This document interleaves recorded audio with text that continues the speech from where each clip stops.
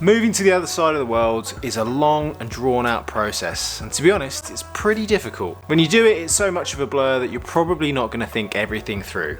And to be honest, that's probably not a good idea. So to help you out, we want to share with you our 7 things that you wouldn't expect when you first move to Australia. G'day guys, my name's Ross and this is my wife Sam, and we moved to Australia during a global pandemic. After spending 2 weeks in enforced hotel quarantine, one of the things that we weren't expecting that much was everyone to be so friendly. In the UK, we weren't used to people being so friendly, and after 10 years of living, well, adult living I suppose, I think we made about 3 friends, like that were neighbours. Oh yeah. I mean, we had more friends. So, yeah, that didn't sound right. It sounded like we only had 3 friends, no matter where they lived or where they came from. All right, I think we had 4 actual friends. But to find like people being so friendly and neighbourhood friends, that definitely wasn't something which we had in the UK at all. That's better. Neighbourhood friends. Apparently I'm an English teacher now and I can't speak and I get corrected by my wife. Like now, how many friends do we have in our street where we live? I think we pretty much know 4, 5. everyone in the street, and we would probably say that, yeah, at least 5 of them would be good friends. Yeah. Sorry if any of you have seen this and kind of counting and you're wondering if it's you,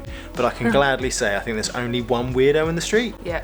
Apart from me, so 2 weirdos. But there's one guy's a bit weird. They're not weird, actually aren't friendly, they're quite rude. They slammed the door in my face. Yeah, when we first moved in and we were just introducing ourselves and they just decided to do the slamming. I've never had a door slam in the UK, so maybe that's a first for Australia. But generally speaking, I think Australians are pretty friendly across the board, and whilst it might kind of seem quite false at the start, especially when everyone seems to ask you how you going, I think if you wanted to have the conversation with them, as long as you were to persist, I think most people would be up for having a chat. Oh yeah. And it just makes you feel a lot happier about your daily life because you don't feel so isolated. Everyone's your mate. I always greet you with your name. It's like, you alright, mate? Even you call me mate. I'm like, I'm not your mate, I'm your wife. Are we not mates? No. Are we friends? I guess so, but I don't like being called mate. Thing number 2 is probably because I'm such a slacker anyway, but in Australia you get so many public holidays. In Queensland I counted it up and we get 15 public holidays across the year.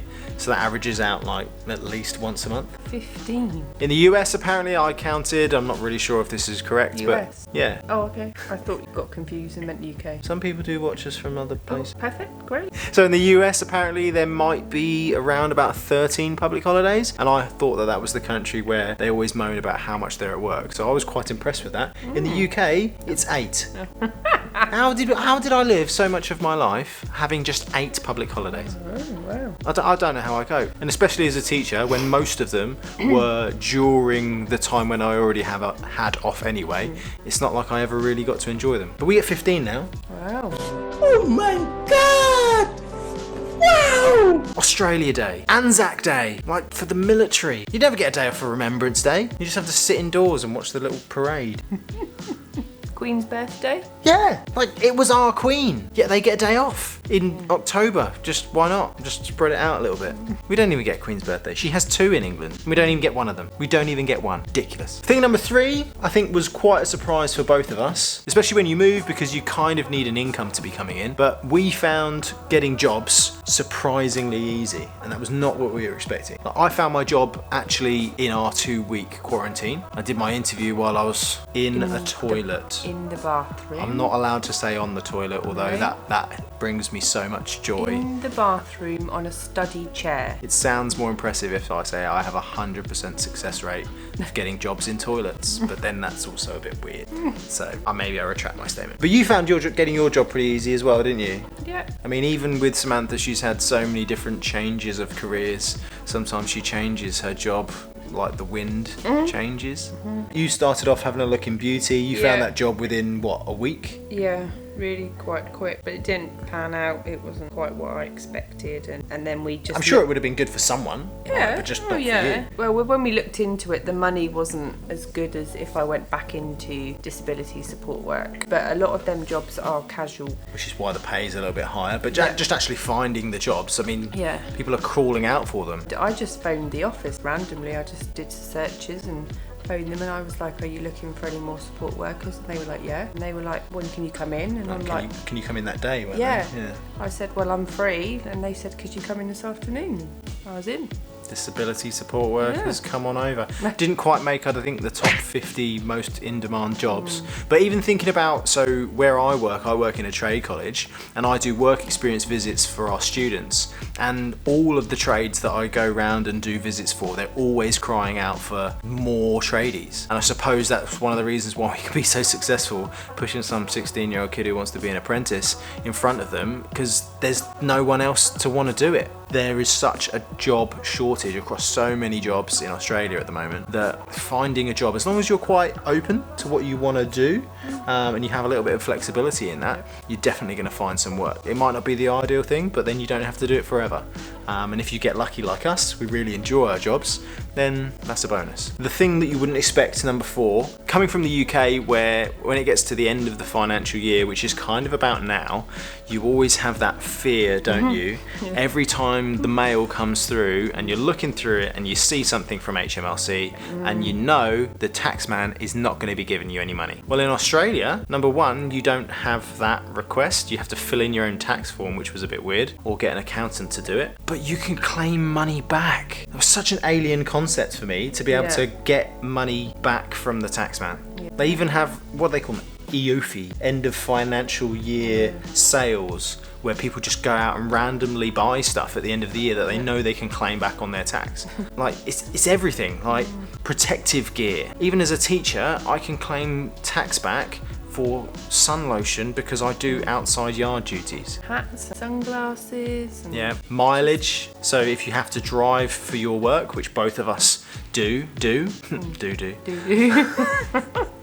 Like, you can claim money back for that. I think it's something like 72 cents a kilometre at the moment. Home working. So I've had to do some home working this year because of COVID, and so have you. So we'll have to calculate how much of the year we did that, but there's an amount we can claim back for that. And when it comes in, you get about, I think the average is somewhere like $2,000 and a bit per year.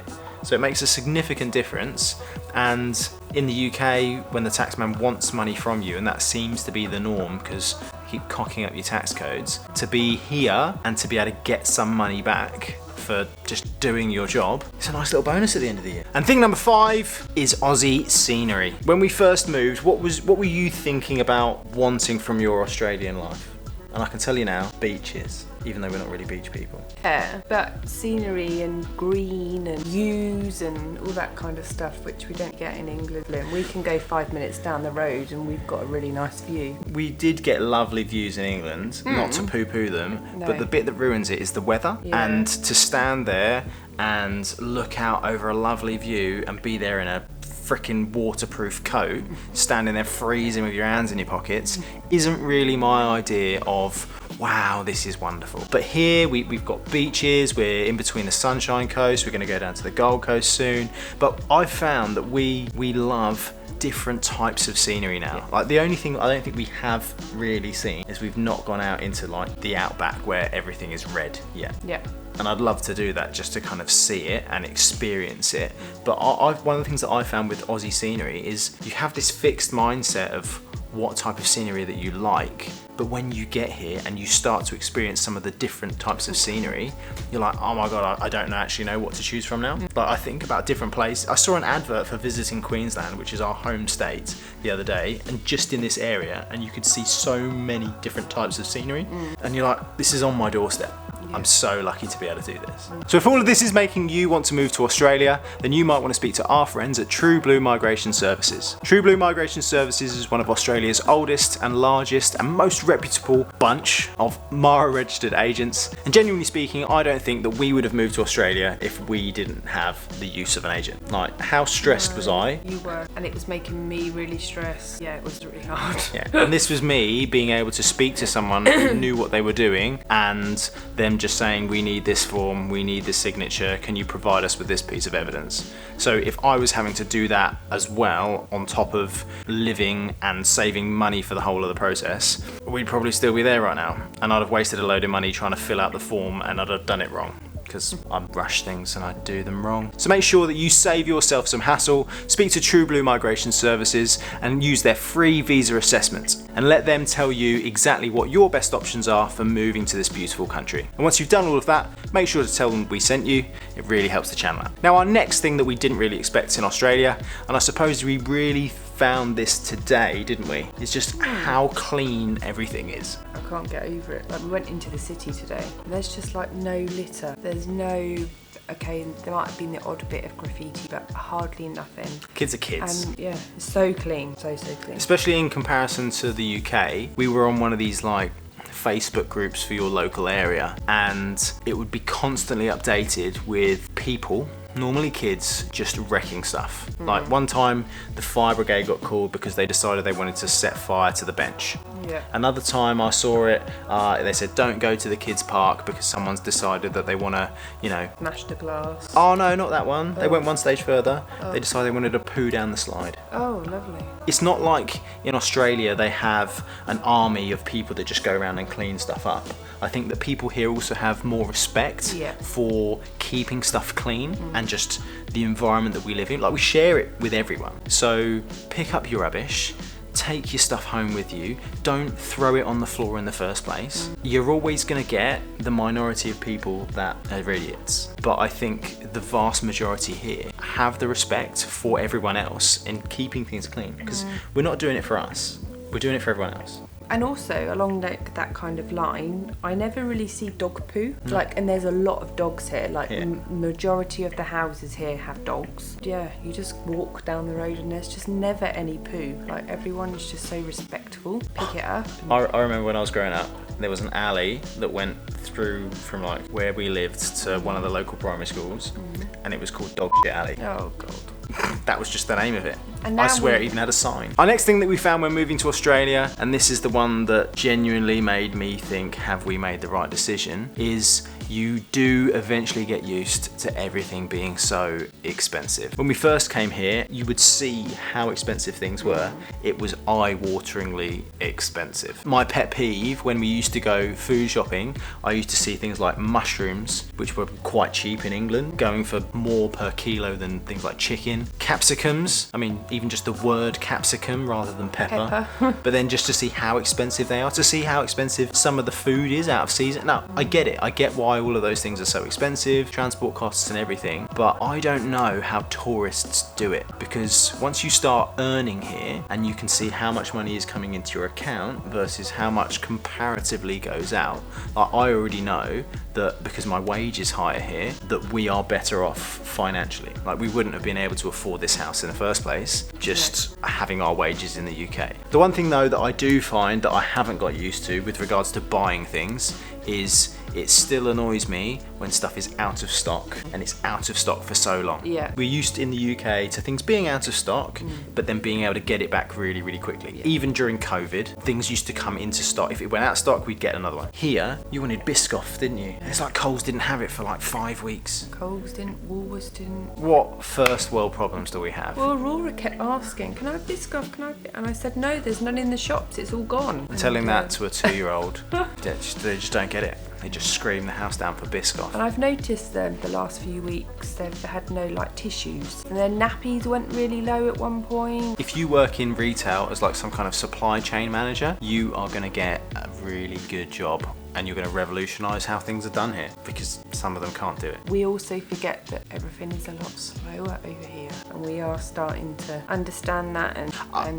When we first moved, having things not there for like the next week, we're just wondering. It used to annoy us. Yeah. Now I just can't get used to it, but it doesn't annoy us anymore. We're like, sorry Aurora, no Biscoff again. You're gonna have to eat dust. Now, our last thing that we didn't expect when we first moved to Australia, and to be honest, you don't still really know what it is, but leave loading is a thing. Ma'am, what's leave loading? Leave loading? Yeah, not like tree leaves. I was going to say, is it to do with a tree leaf? No. Or it's to do with your work? My work. So because I'm contracted, I'm full-time, and most people in Australia who have that are probably going to get leave loading. Because Sam is a casual worker, most of the time you don't have leave loading, because if you're not working, you don't really have leave. So apparently leave loading is a thing in Australia whereby whenever I take annual leave, which is at the end of the year and over summer holidays, I will get 17.5% on top of my wage. And apparently it dates back to like a union thing when people used to rely on overtime and then not having that when they're on leave. I don't really know where it comes from, but all I know is it's a great thing. And for some reason, over the summer holidays, I get paid even more for not really doing a lot. So every break you have? Now, it's not every break. Okay. It's just at the end of the year. So it's when you take your big annual leave. So is that the December one?